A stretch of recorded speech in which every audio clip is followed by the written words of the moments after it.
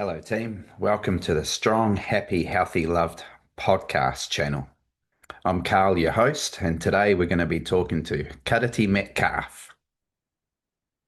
He was in the army, he's a veteran himself, went to East Timor in recon platoon, and since then he's been navigating the world, going through the hills and the mountains. And he's got a few things to talk to us about today. Welcome to the show, Karati. How's it going, mate? It's bloody good, bro. Yeah, real good. Yeah, stoked to be here, my bro, and real good to catch up with you. It's been a long time, and just yeah, super pumped to be a part of your co-op for your initiative here, bro. Awesome. It's a pleasure to have you here, man. And well, we might as well start at the start, eh? We'll go right back to But, joining the army. Tell us about yeah, these days. yeah. So yeah, when was it? 1999 was when my old man said to me, "Hey, you got two options. You either get a job when you leave school, or you join the army." And I was looking at it and didn't have a job. I was like, I'll just join the army. So I signed up and, obviously real quickly ended up in Waiuru and starting to learn the bare basics of what it means to be a soldier. Oh, yeah. I reckon I got scammed in the recruitment office. Eh? Hilarious, bro. And to this day, I remember the fella's name that recruited me. Um, but I was like, oh, I want to join up as a chef because that's what I was doing at school. I Yeah. was just Yeah. cooking stuff because that's what people like me do in school is cook and do PE. So I was like, oh yeah, I want to join up as a chef, and he's like, oh yep, so you can join up as infantry, and then you can just cross over into being a chef later on.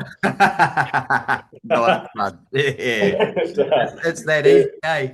oh, bro, because what was I supposed to know? I was like, oh yeah, that sounds good. Yeah. Like, yeah, so we're not taking chefs in this recruitment, just infantry, and then you can cross over. So I was like, yeah, hard, I'll do that. And little did I know that within 6 months I was indoctrinated and didn't like anyone else except infantry. That was it, bro. And then it sort of went from there. And in actual fact, what that did unlock was the difficulties that I was going to face in the army, but equally those challenges that sort of grew me into the person I am today. So, although he kind of scammed me, it was probably the best thing for me. Well, you obviously excelled as an infantry soldier because you went into recon platoon. So tell us a bit about that, eh?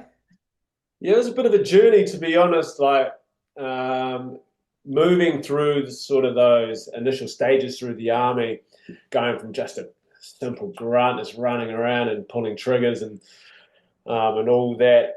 I didn't expect myself to be in recon, and it wasn't until I got to battalion where I actually met you and Bish, and yeah, you guys were a big part of that journey.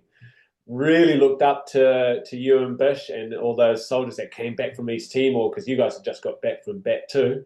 Mm. And yeah, You went to East Timor yourself as well, didn't you?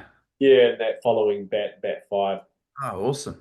So, when we saw you guys come back and we just got out of core training, going into battalion, and there's this huge talk around like, oh yeah, these soldiers, don't mess around and they'll smash your head in and sort of thing.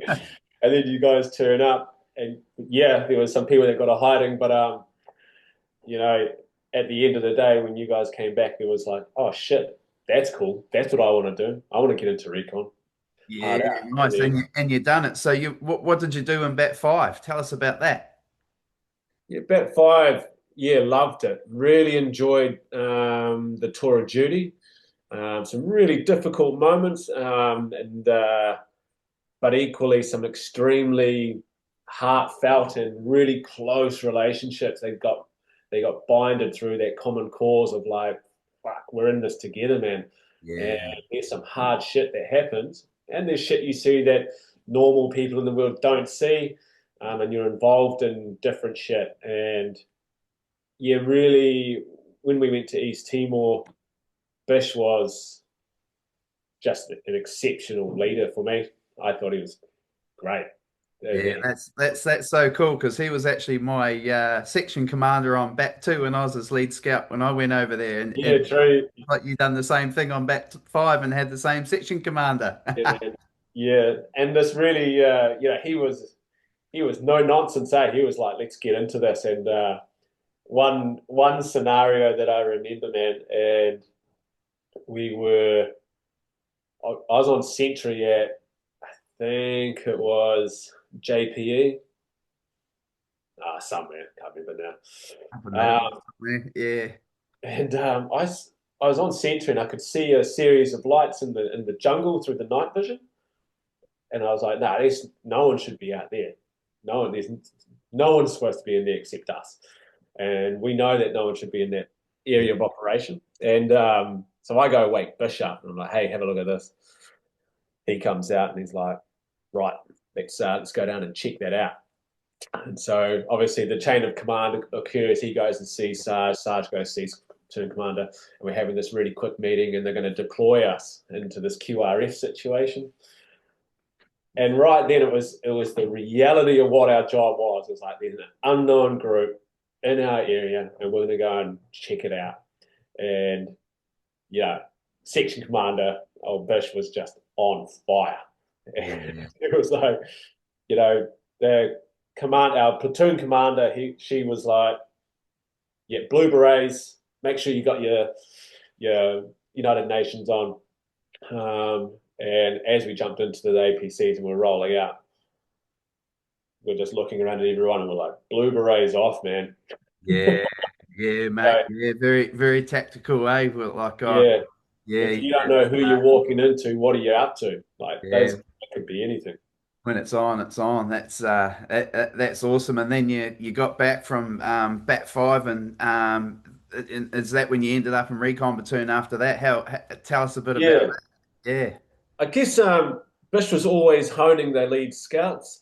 He was yeah, always honing them into that role of into recon soldiers, and albeit anyone that sort of moved through up into the group.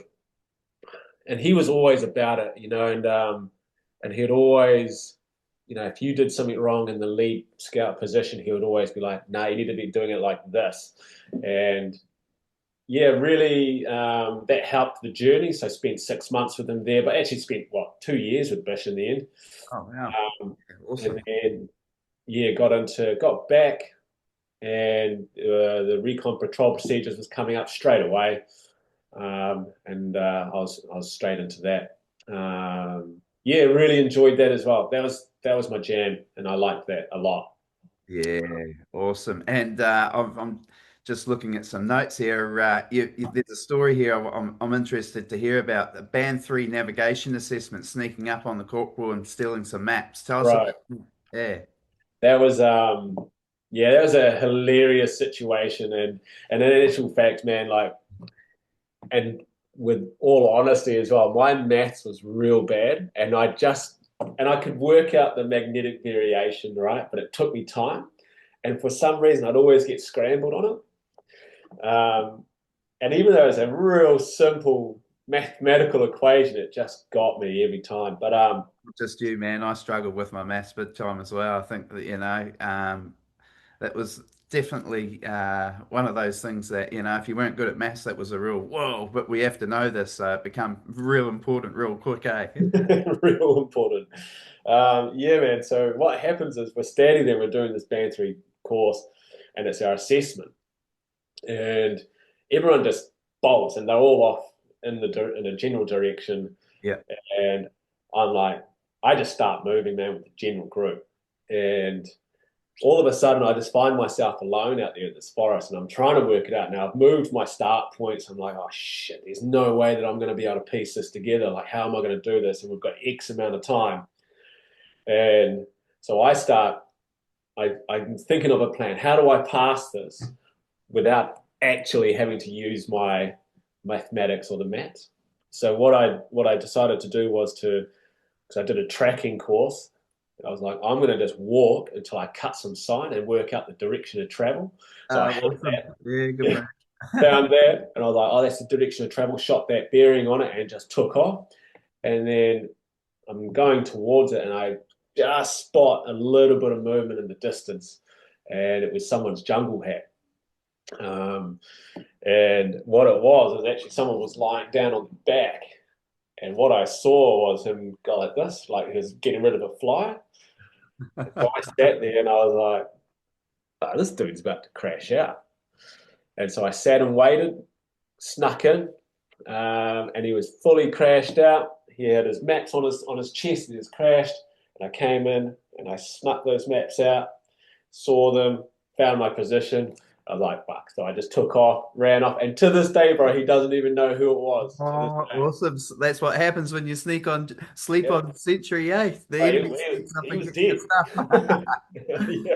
Oh, good And, tools. It's and so so I cool, finished the man. course, get Yeah. to the end, and they're standing there, and they're like, "Yeah, well done." I actually come in last, man, and standing there, and they're like, "Well, you're on time." And then he turns up, and going around, and I could hear a conversation. They're like, "Where's Max?" And he's like, "Fuck, man." Yeah, say nothing. Oh, that's so cool.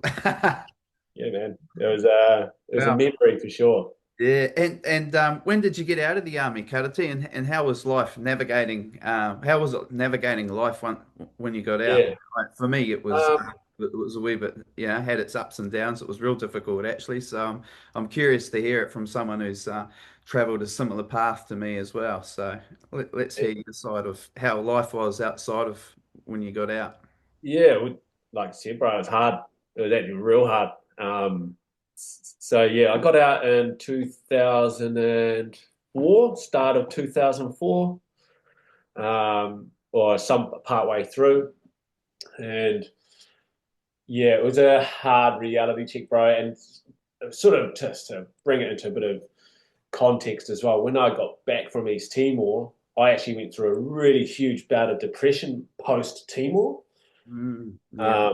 My old lady died over in East Timor, so I came back from East Timor and helped bury mum, and then took her, and then came back, and yeah, Well, that's hard out, man. That must have been really hard, you know. bro. I actually dreamt that she died the night before she did it, bro. So, and I was telling one of the bros in the section, and we were on some patrol in the middle of the jungle, and I'm like, bro, I just had this fucked up dream, man.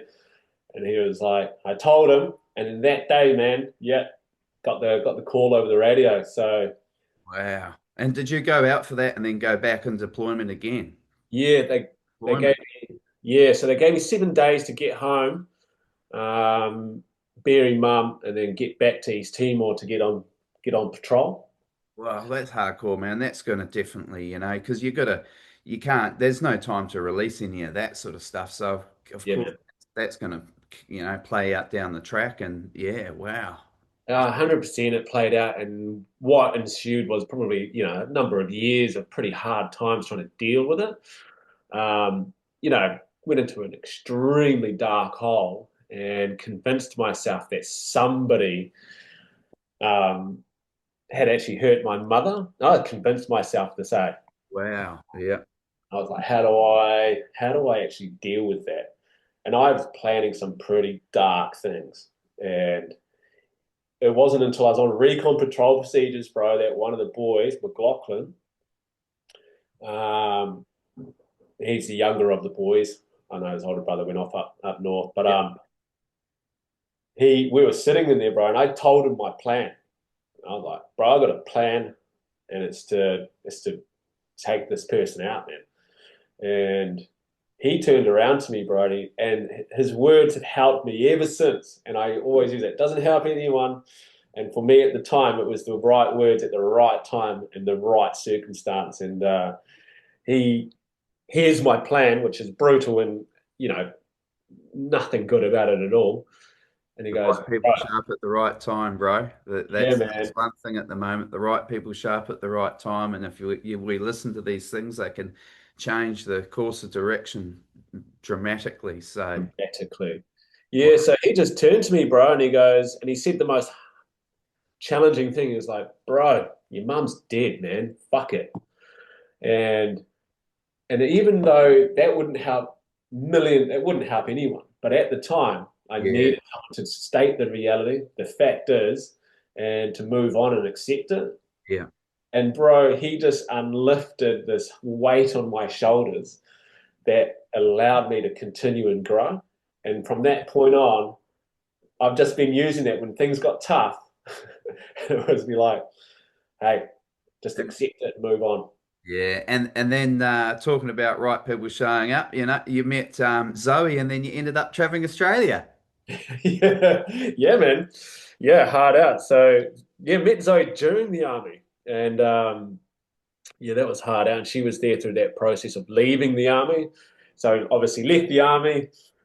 And yeah, struggled big time with finding that brotherhood, man, Yeah, yeah, I and can having relate men to that. around. So going from a platoon and a company of men around you that you could be debaucherous and be rowdy and whatever we did Yeah, to living in a house with no one.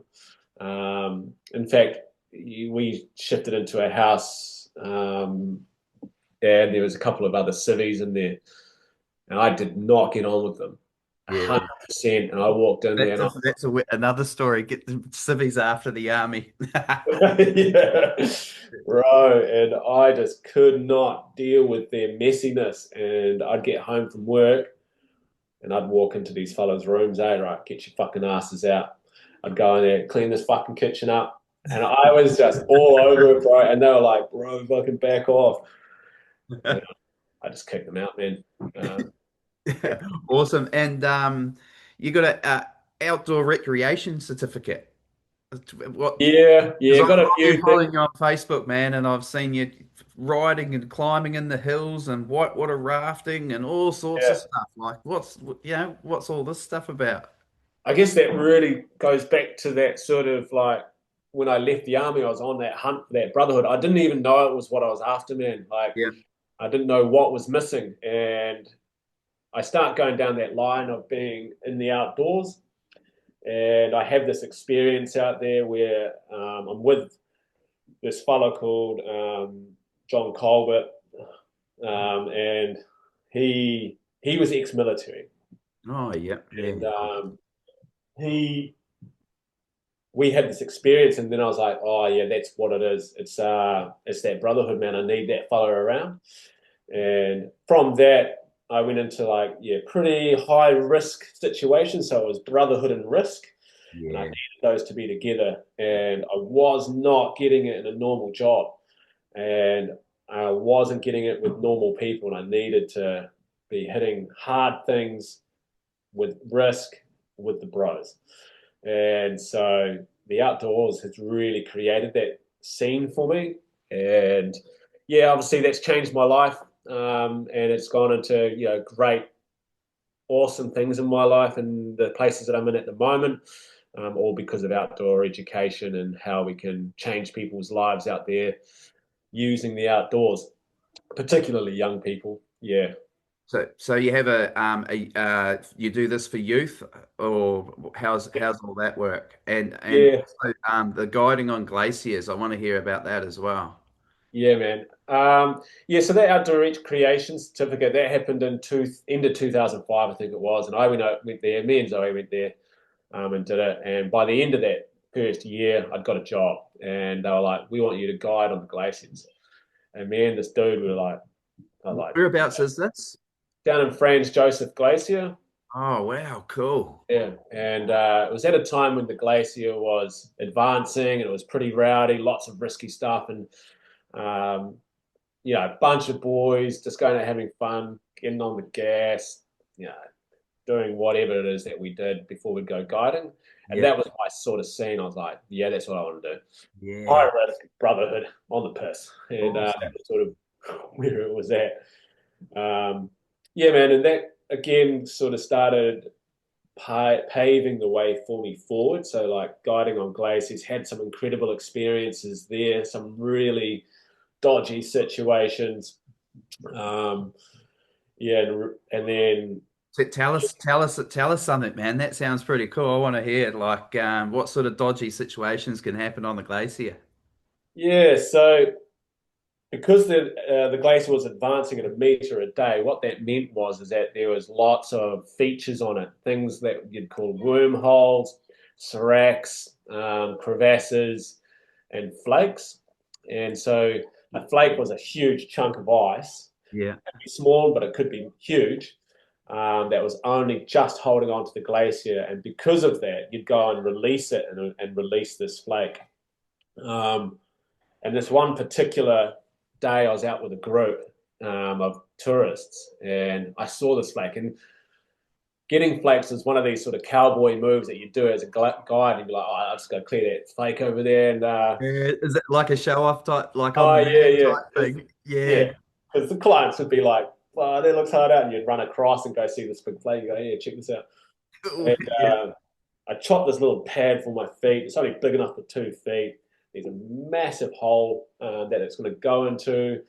We're talking 30-meter hole down into this dark sort of crevasse. Um, and all the clients are there, got their cameras out. And this thing must be 8 meters tall. Wow. I don't know how many tons of the shit's in there, but I'm like, righto, this could be interesting. So all I'm gonna do is just tap it and then jump out of the way. I hit the base of it, and the moment I even touch it, this wall just collapses next to me, and I'm like, and it's Wow. falling. Yeah, it must be within a meter away from me, and there must be tons of the shit. Collapses in front of me, um, and I'm super close. Yeah. And the clients, I get back to the group and they're like, "Wow, that looked real dangerous." And I was like, "Actually, that was extremely dangerous." Like, had I got caught up in that, I would have just got crushed under all of that and died right in front of it. Yeah, like, yeah, nah, it was sweet ass piece of cake. Brush it off. Yeah, walked away from that going, "Oh, far out. Not shouldn't do that too much." Yeah, Wow. Oh, that sounds, yeah, well, pretty crazy, man. yeah. I That was good. It was a good time, and And, yeah, and and that is that what led on to like a outdoor is that what got you into a national guiding company? yeah. A dude on my trip was there. He had some clients on my trip, and he was one of the lead. Um, he owns the company that I ended up working for, and he just came up to me at the end of it, and he was like, "Hey, bro, you want to work for a company called Explore Worldwide?" And I was like, "Yeah, why not?" And so I finished work like the end of that week, flew up to Auckland, and I was straight into it. Wow, cool. What Yeah, an awesome opportunity. yeah, man. And the timing of that opportunity wasn't good. But how I looked at it was an opportunity that I didn't want to let go, and actually, it came at the right time. So I took that and immediately changed and pivoted and got up there and Yeah. ended up guiding with them for a few seasons, which was they were 30 to 40 day tours across from Auckland all the way down to Stewart Island, and I spent that whole time with a group of really high paying customers, go to really nice restaurants, go do some cool shit. Wow. Sounds And like the dream job, man. yeah, Awesome. The it was good, dream. man. So cool. Yeah. And that got you into university. Yep. So with that guiding company, by the end of it, yeah, I was talking with a whole bunch of people in my that I was guiding with, and they were like, "Fuck, why haven't you done university?" And I was like, "I don't do university. I'm not intelligent enough for that." And they were like, "Nah, you are." And I was like, I'm not. I'm just a practical person who likes to run around and do some cool shit." Um, and and it sort of planted a seed in my head from a lot of my clients who I'd spend lots of time with, and they'd be like, "Oh man, you need to go to uni and get a degree and go do something." So they planted a seed of thought there, and I was like, "Yeah, I'll take that." And then went into uni, and yeah, found that uni was pretty straightforward. Um, you know, difficult, but Yeah. Well, yeah, going back to learning, we've got to, I guess when we want to improve ourselves, we go and do these things. And, I commend you for doing that. A lot of people, can't be bothered doing it later on in life. And I think that's awesome that you've done that, bro. Wicked. yeah, man. I must have been 29 or something when I went to uni. Feeling pretty. I didn't think that I'd make the first turn. Like I didn't think I was going to get through or pass anything. Yeah. I had a really low level of confidence in my intellect. And so, but when I got there, it all just made sense. It all clicked, and I just worked hard and made it work for me. And And that's the thing, I think a lot of things that stop us from doing it is we put these stories in our head that we're not good at something, but really if we're interested and we knuckle down, we can achieve a lot of things that we might not think that we could achieve. oh, 100%, man. And actually, in the end of the day, you can achieve anything you put your brain to. And That you know, as much as I thought that I wasn't intelligent, as much as I thought that I didn't have the skills, um, I needed to go there to so that it could help build those areas up, or at least illuminate to me that actually you are capable, you are intelligent, you are okay. Just because schools were so shit at teaching me, um, you know, doesn't mean to say that that same thing occurs at university. No, that's right, and I think when we're dedicated to do things, we can achieve anything we want to achieve, and that's proof in that, and that got you to races, mate. Avalanche Peak Mountain Run. Yeah, yeah. So Yeah, let's hear that. oh yeah, well, racing sort of dominated my life for the last sort of 7 years now, but why since then as well. But that was sort of the start of my racing sort of life.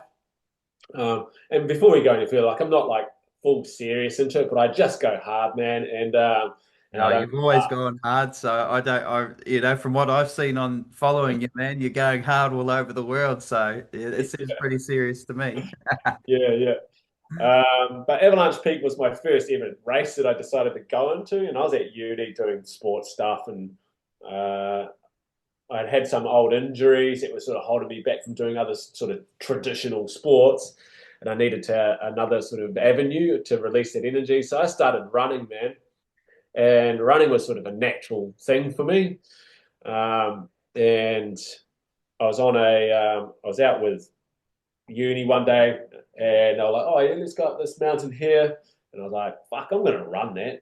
And just took off, smashed it out of the way, and then the guy just goes, "Oh, that's actually a race, man. So you should enter it, see how you go."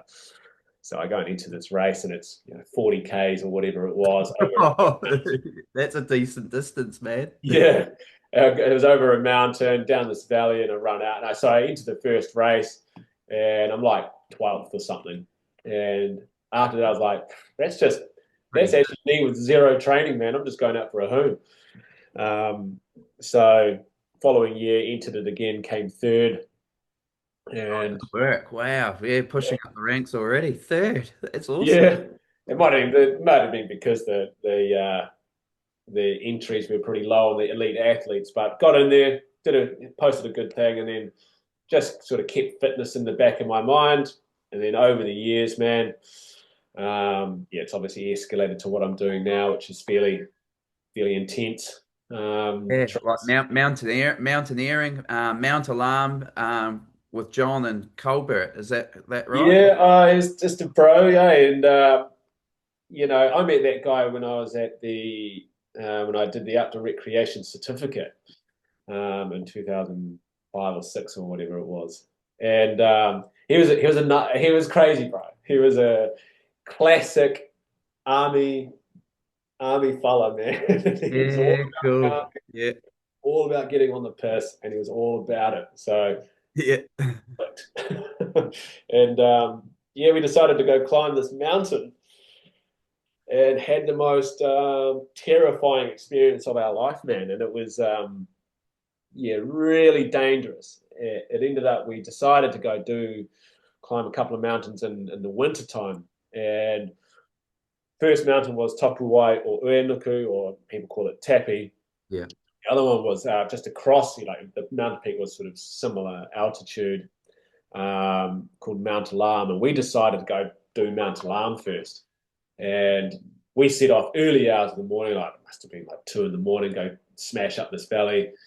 And we start climbing up this really steep face. And for whatever reason, and to this day, man, I don't even know why this happened, but we decided to split off and we up these two different chutes. Yeah. It steepens right up, and all of a sudden, all I can remember just I've got my crampons on rocks. I've got an ice axe on another rock. It's holding my full weight, and in my head, I'm like, fuck, if anything fails here, I'm tumbling all the way down this mountain face. Eh? Like that's the only outcome if this happens. But equally at the same time, I had to pull hard on this ice axe to get up over it. And Wow. I was shitting myself, man. And I get up, I pull up onto it, and I just slump onto this little ledge, and I'm like, I'm I'm actually freaking out. And the person that's got the rope that would make this all better is John, and I see him, he's on another fucking rib of rock face and too far away to sort anything out. And we're both committed, and we get up to the top, and we're standing there, and he's like, "Bro, let's never split up again." And we give each other a hug, and we both had the most epic, exciting moment, Oh, exhilarating. bro. You've done something when you're hugging someone at the end of it, and you're looking in their eyes, and you can see, man, the comms between the eyes, man, was like, bro, let's not do that again. Yeah. Wow. Did you have Yeah, any other sort of experiences like that? yeah, plenty to come.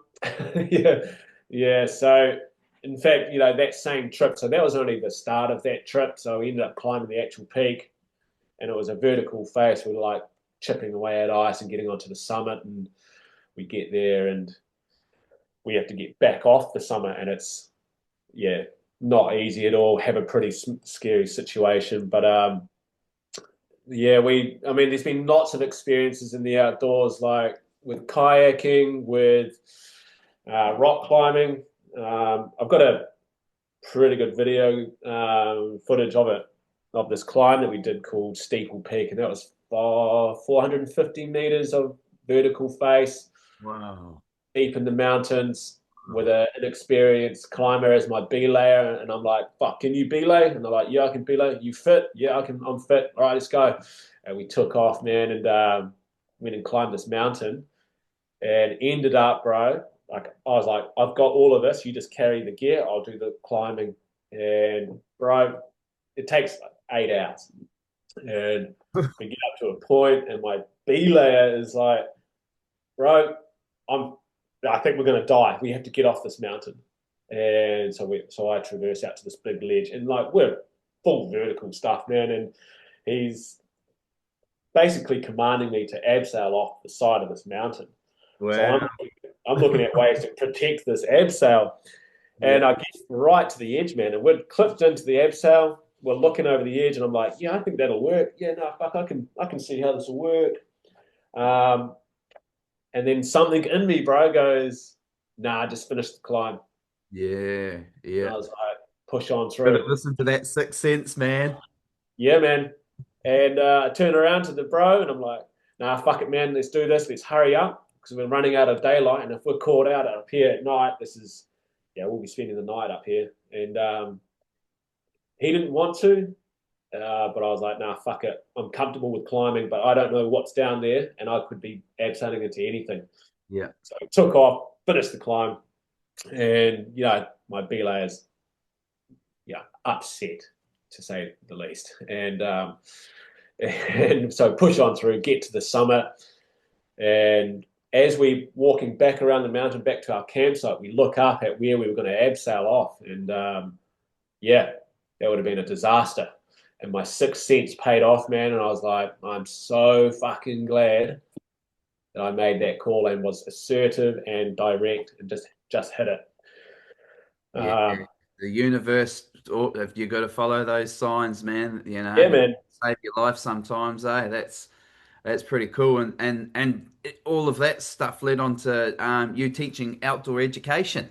Yeah, man. Yeah. So, all those experiences came through, and I was kind of having these really, you know, physically demanding, mentally expanding, close knit relationships. And for me, that's what it was. It was I Yeah. needed those close relationships, and how do I create close relationships? Well, personally, is doing risky things safely with people that I care about. And so I go from university and I sort of specialize in outdoor stuff, and I bring in that army element of it as well, which is, you know, things need to be tidy, but equally, you need to be committed and you need to fulfill. So if you start something, finish it. Yeah, That's how I see it. definitely. Yeah, And and it's so true what you're saying about having that close relationship through risky behaviors. And I think a lot of soldiers and veterans that are listening to this will relate to that when you say that, because yeah, as soon as you said that, I instantly thought about all the risky behaviors I done after I got out of the army, and that was all to try and find that same feeling that we got a lot of in the army. And I think when we leave, that's what a lot of us chase, that unity and that through risky stuff, because we know when life and death's involved, it's that little bit more serious, isn't it? Because the end result is the end result. yeah, oh, I think you totally nailed it, bro. And like that life and death situation, like there's this limbo. You obviously got life and death, but there's this tiny little line of separation between the two. And when you're standing on that tiny little line where you can look down a rock face and go, yeah, that's death and that's life, um, people link in real quick, and you hit a certain state that never exists anywhere, And Yeah, and do you get, is that what that God zone racing is what tell us yeah, about that? Is that yeah, sounds yeah, it sounds yeah, that sounds man. like a risky name in itself, man. Yeah, yeah. Godzone is a sort of like the epitome or the highest level of sort of racing. And for me, man, I know, and this isn't to disrespect anyone's or not to diminish the meaning of the group. Um, but for me, man, I only looked at the group as elite. And to me, I was like, that's elite, because every other form of elite sports and everything that we have is seriously, there's no life and death in there. And when you couple in the navigation, the distances, the hardship, plus you add into it a gunfight or a skirmish or whatever that's going on that they're walking into, to me that's elite. Yeah. Can you give us a sort of like a rough guide of what a God zone race is? Like what's involved? Yeah, man. So for me, that God Zone is the civilian version of sort of that elite, and that's where I sort of gravitated to. So I went from infantry to recon, and when I came out here, it was racing, and now God Zone is that next step. And for me, that's what elite is in sport, because we make big decisions out there. And so God Zone incorporates distances between 450 to 700 kilometers, and you try and do that as Long fast. way, man. A long way, man. That is a long way. Wow. Yeah, and they incorporate things like mountain biking, paddling, bike packing, trekking, and navigation. So it's all of those put together over a certain distance. And so, for example, one of our races, we walked 100K maybe, and we battled that out in 24 hours, and we just were hooning down this beach, only to not sleep, but just to get straight on the bikes and pull out, an 85-kilometer bike ride. Uh, Oh, that's awesome. That's intense, man. Bro, and it's like zero sleep, and we're going, and we're just eating on the go. Everything's eating cold. Don't heat it up, just eat it cold, and then push hard. And you're with this group of people, man, and a real close friend of mine that I race with. Me and him are so tight, man, because we just know each other in those dark zones.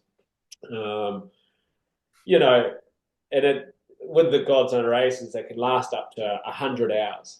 The elite teams in the world, like this New Zealand elite team, does finishes a day earlier. But for us, we were going out and pushing hard and trying to get these races done in some risky environments at night, pushing hard at night on a bike, and then having to carry your bike for fucking whatever it is. Wow. It's for me. That's That that's the sounds like civilian top version. soldier. It sounds like top soldier times 1,000. Bro, part of me is looking for those soldiers that are keen. It'd be good to get a military team into it and go, let's bring some military mentality into it. Yeah, wow. And that took you racing to the US of A, mate.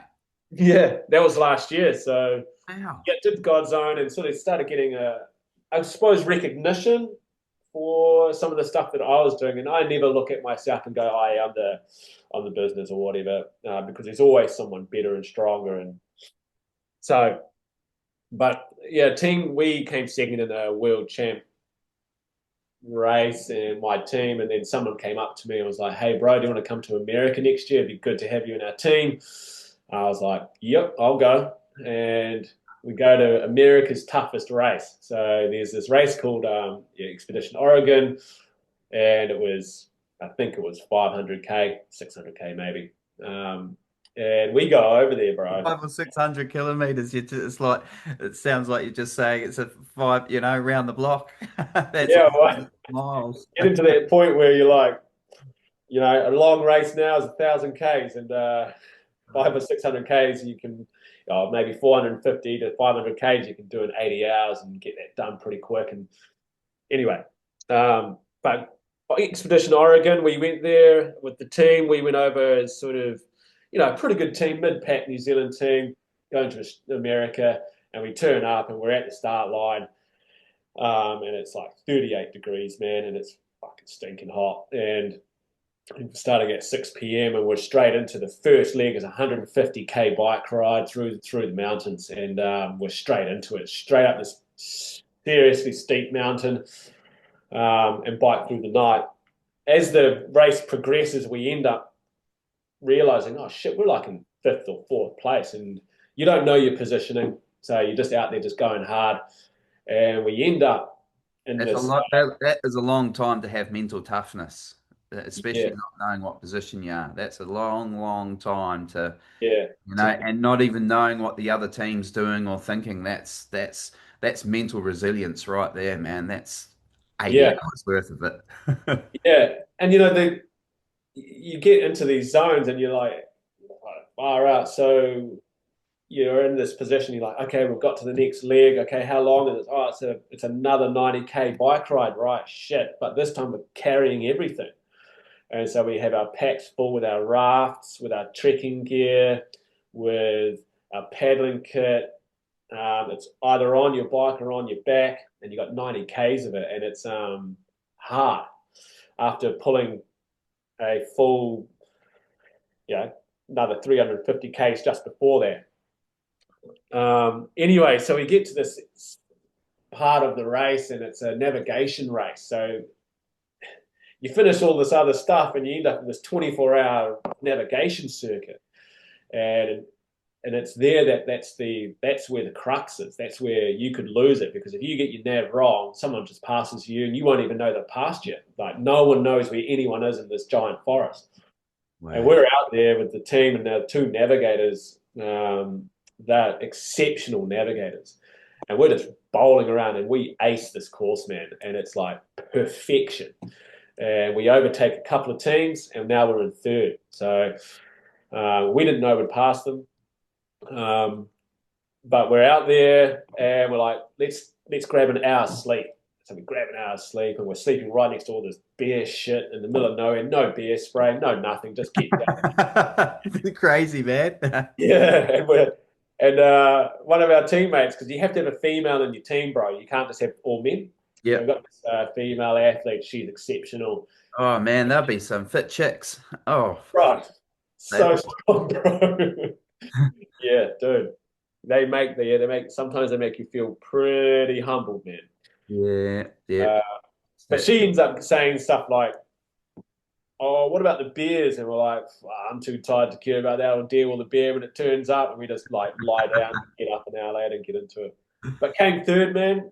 oh, And congratulations. That's awesome. Third in the yeah, States. That's so yeah, cool. yeah, smoked every other team. The only teams that so how it went was the first team was the number one team in America, so it kind of makes sense. They're an exceptional team. The second team was a Kiwi team. The third team was a Kiwi team. The fourth team was a Kiwi team, and all the Kiwi teams just smoked everybody else. Oh, what's that saying about New Zealand, eh? All the Kiwi teams. That's so cool. Awesome. Best out there, mate. Yeah. And Yeah, you're a dad now, mate. yeah. What's- So I didn't know that. That's so cool. yeah, true, man. Yeah, Congratulations. so Yeah. got a son with Zoe. He's 9 years old now. Wow. Cool, Yeah, bro. man. What a journey, man. You know, yeah, probably the best expedition to ever go on. It's an expedition that never ends, and just trying to be that person to demonstrate how to navigate this world in a good way. Yeah. So Fatherhood, man. That's so cool, mate. And yeah. yeah, it's amazing, and the big thing with it is, and it's kind of interesting, is that we've decided to homeschool our son. Yeah. Even though I'm a teacher, I there's many flaws in that system, and I'm like, It's an old system, to create workers to work for or the government or whatever. It's people. Yeah, there's lots of that's a whole new conversation in itself, really. Why people choosing homeschooling these days, or yeah, the man. current schooling system maybe needs to change. That might be telling us that things need to change. But yeah, it's, being a dad, man, that's cool. Tell us more about that. Yeah, so I guess when it was all we decided to have a child, and yeah, when we got there, it was just that big change, and like nothing prepared me for fatherhood, and nothing ever will. And it just became this really interesting blend of like these hormones that I believe that I'd never actually experienced. And when Heta was born, um, I remember going, man, my BO is real pungent, man. And I reckon, and I don't know if this is anything in it, man, but I reckon I was like, my BO was like telling people like, yeah, back off. I'm sort of in this sort of protective mode. Oh yeah, yeah, I see what you're saying. Yeah, I interesting. was, and Yeah, I reckon it wow. was a primal reaction to something where I was like, anybody get any close to that I don't agree with, it's on immediately. Um, and yeah, and I guess over time I've just managed that better. Initially it was like difficult and probably didn't know what I was up to, but now it's about being, yeah, just a strong role model, and demonstrating healthy habits and having that love, man, and just going beyond belief. Yeah, Um, and I so know what you mean by like healthy habits. I think uh, you know kids sort of change us, but when you initially got out of the army and that, for me as well. Like, did you ever have any battles with alcohol and drugs? I yeah, have man. many, so I'm just curious on that sort of side of things as well. Yeah, man. Yeah, the army gave me two things, man. Actually, three things. I'll change that. Three things. Um, yeah, it was fitness, an appreciation of working hard, Yeah, um, some exceptional mates, and a fucking strong drinking habit. yeah, Uh, and it was part of the parcel, and it was like, you will be drinking. And, I don't remember anyone not drinking, man. Maybe one fella that I knew in the army that didn't drink. And I used to think, yeah. fuck, And all the drinkers would have thought that one guy who didn't drink was a weirdo. 100%, man. We're like, what's wrong with him? Doesn't want to hang out with the bros. Yeah, Um, yeah, man. And so with that came all sorts, man, was how do I cope with trauma, or how do I cope with really bad situations? My mother coming back from East Timor was a big eye opener for me, in the fact that I dealt with that by drinking piss, man, and blew all my money that I had from East Timor, just threw it all away, man, and ended up, whatever, how much money I got, I ended up with a pair of jandals and some socks, man, and some blurry memories. yeah, Um, and with that came pretty hard drugs because I had the money, and so that took a number of years to manage with that, and even to this day, there are moments where I feel like I could just slip back into it. yeah. And I don't. And I think that's one thing, especially with veterans, and from my experiences. we're really good at hiding our demons as well, I suppose. And drugs and alcohol was something that plays a big part in our lives. And because of such our strict discipline while we were soldiers, we're not real proud of these moments that happen later on in life. And especially with what comes with that is our temperament changes as well, doesn't it? Yeah, yeah, man. And you know, alcohol, I'd always justify it, I'd always find a way. And it was things like, nah, this is how you connect. Like that is how I saw it. And it was like if there was a group of people drinking, I'd often go, yep, I need to be there, have a few beers because that's how we're going to connect and get stronger relationships. And to a degree, the army relies on that. Yeah. Uh, and you know, that planted that seed, and it was a 20-year battle. I was functioning for sure, and I was totally fine, but there were parts of me that were falling apart. So, um, how did I manage that, and how did I get through it all? It was actually just having someone to support me through everything. Yeah.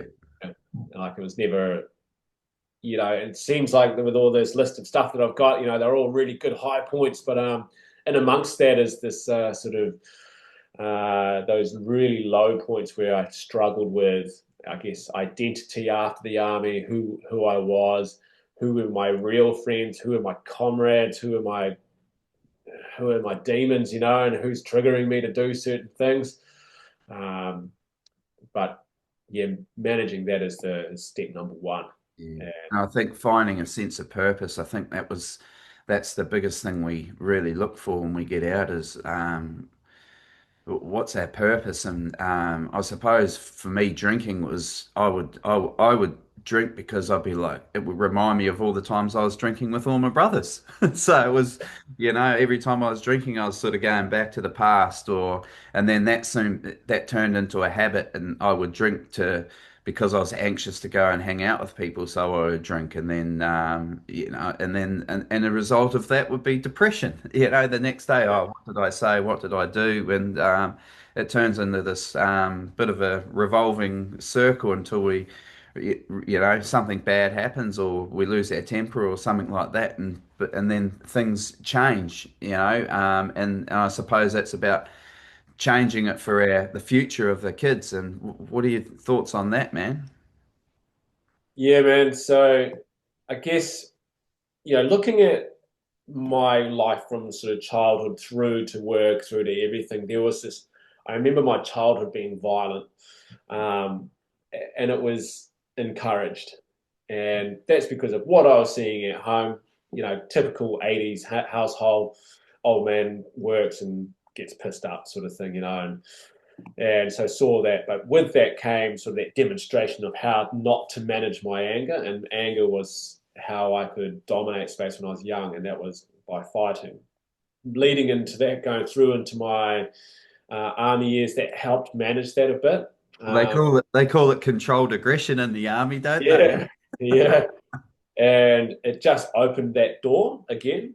And I just remember thinking, I didn't care, man. Like I was just like, yeah, we'll just pull the triggers and do whatever it needs to be, and go into that pub with a group of the boys, and beat people up basically. And then there's a couple of times there where I got dished out a pretty good hiding, and with that, over the years, even when I left the army, I had this angry temperament where it could just really skyrocket, and it was an immediate sort of ascending to that level.